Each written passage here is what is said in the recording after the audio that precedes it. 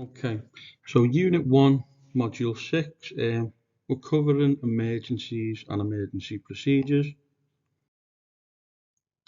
An emergency is any unexpected situation that is so serious that it must be dealt with immediately. It is important that all security operatives know how to deal with emergencies promptly, efficiently, and safely. Emergencies can include incidents, occurrences, and accidents. An incident or occurrence could include a fight, a power cut, or drugs overdose. And an emergency could include health emergencies such as epileptic seizure, anaphylactic shock, and heart attack, etc. And an accident could include someone falling down steps or slipping on a wet floor. And there's three categories for your emergencies. So you've got emergencies, then urgent or non-urgent. Emergencies are life-threatening incidents requiring immediate attention and probable deployment of the emergency service. Emergencies that security operatives may become involved in include power system and equipment failures, floods, actual or threatened serious injuries, serious illness, fights and assaults, bomb or terror threats, gas leaks, fires, or chemical spillages. The actions you should take for fires, floods, power cuts, gas leaks, chemical spillages, even terror threats. Activate the alarm, evacuate the site, call the emergency services on 999.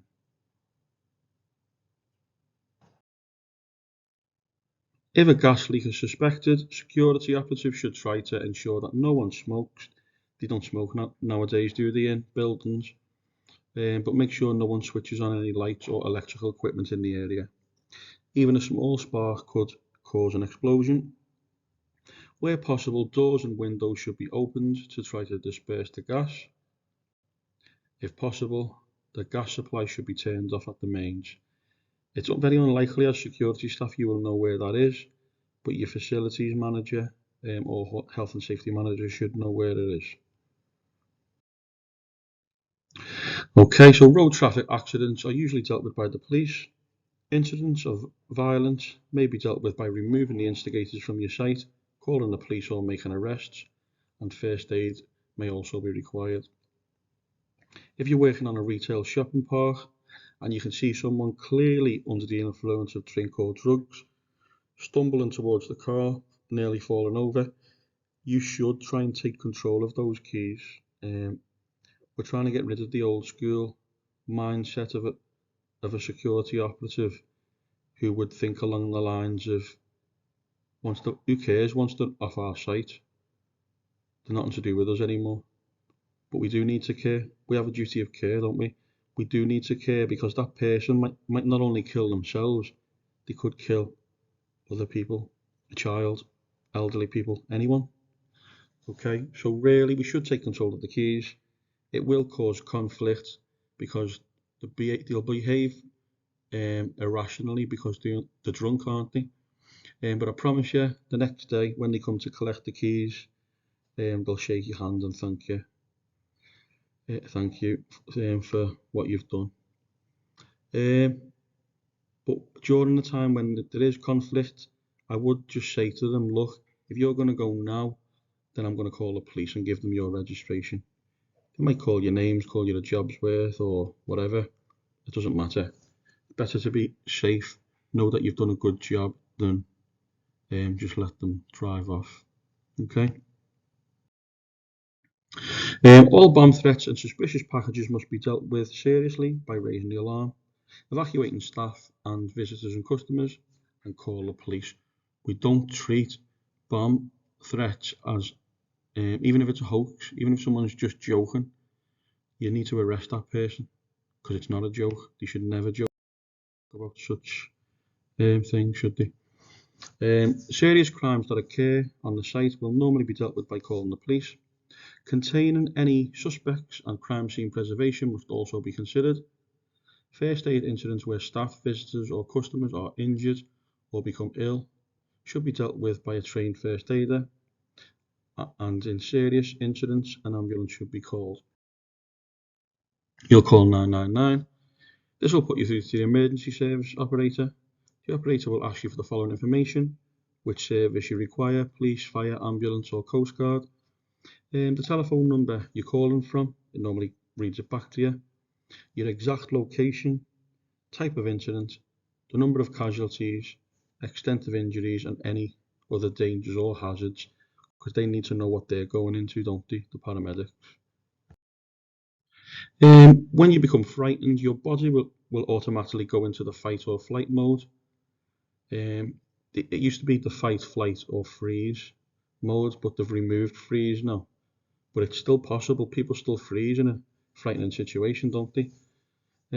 This is because of the basic natural animal instinct in us all to help us survive potentially dangerous situations. Fight or flight prepares our bodies and brains to stand and physically fight off an attack or to run away from the situation. Flight is to keep ourselves safe.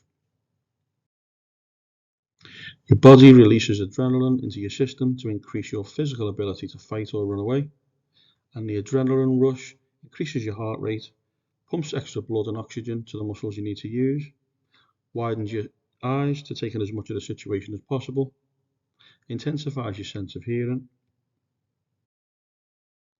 Once the situation ends, your brain and body begins to calm down again in an attempt to get back to normal. Your body slowly returns to its natural relaxed state, and as you calm down, your brain returns to thinking with the rational side again. If your brains and bodies do not return to their natural condition, as they should, you can go into a state known as shock. This normally only happens after a particularly threatening or frightening situation. Companies will often have an escalation procedure for incidents and emergencies. It's important that you understand how a graduated response can be applied in each situation. You may be required to record your involvement as you may be asked to review and evaluate the responses during the incident. So when dealing with an emergency situation, you must be aware of taking control in crowds to avoid people from being crushed or injured during an evacuation or evacuation.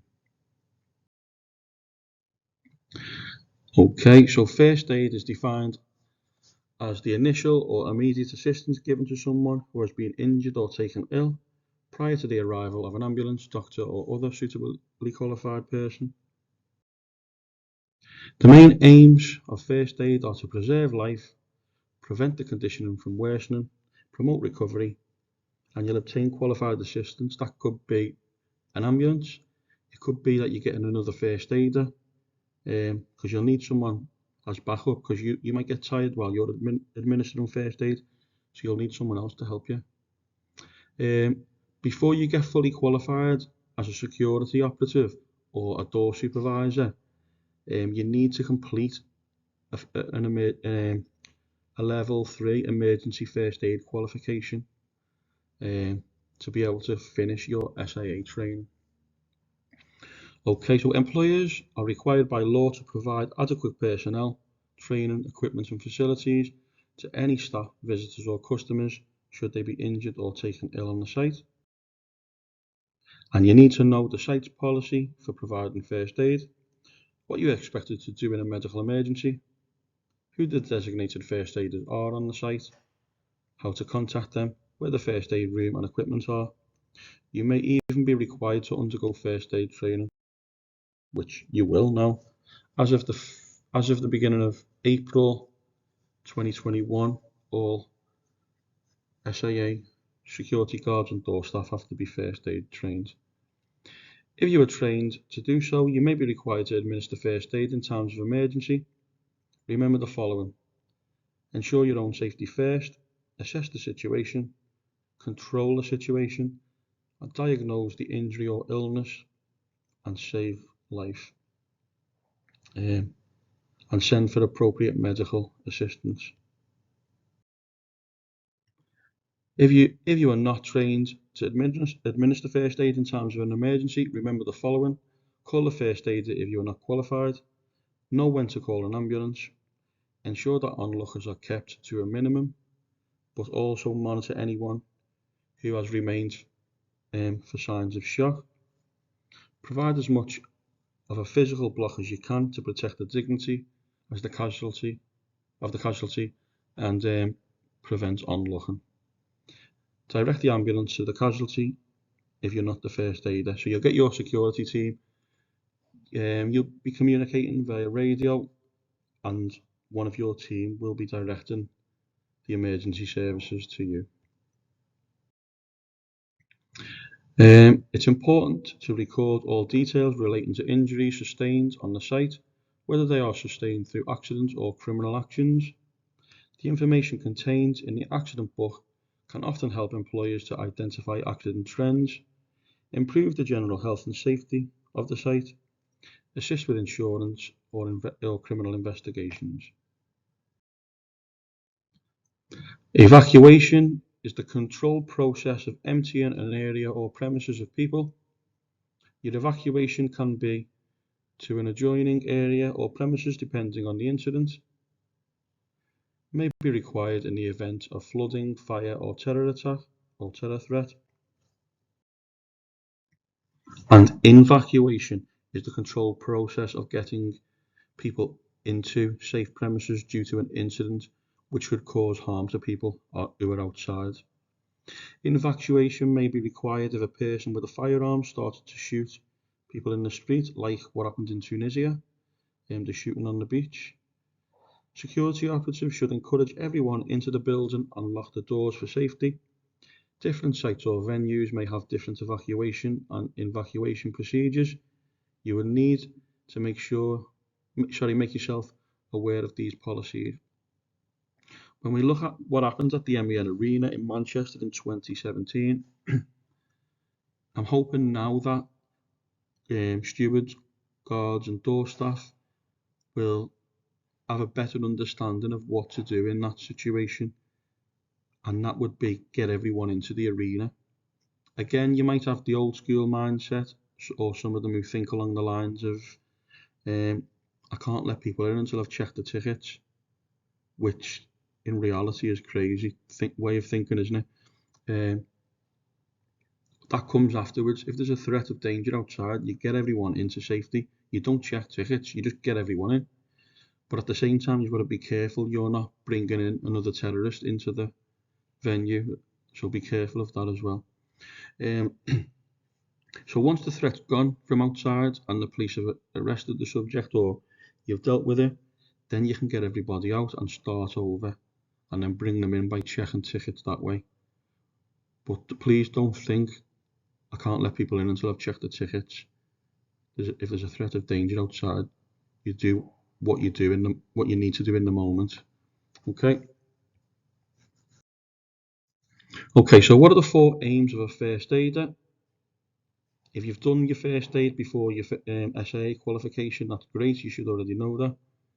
But if not, and you're doing this online training to prepare you for your SIA qualification, the full qualification, look back on this presentation and you'll find the 4 aims of first aid. Make a note of it. Identify 4 types of emergencies that could happen in the workplace.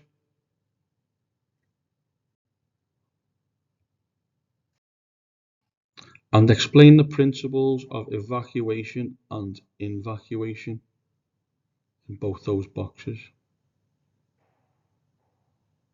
Okay.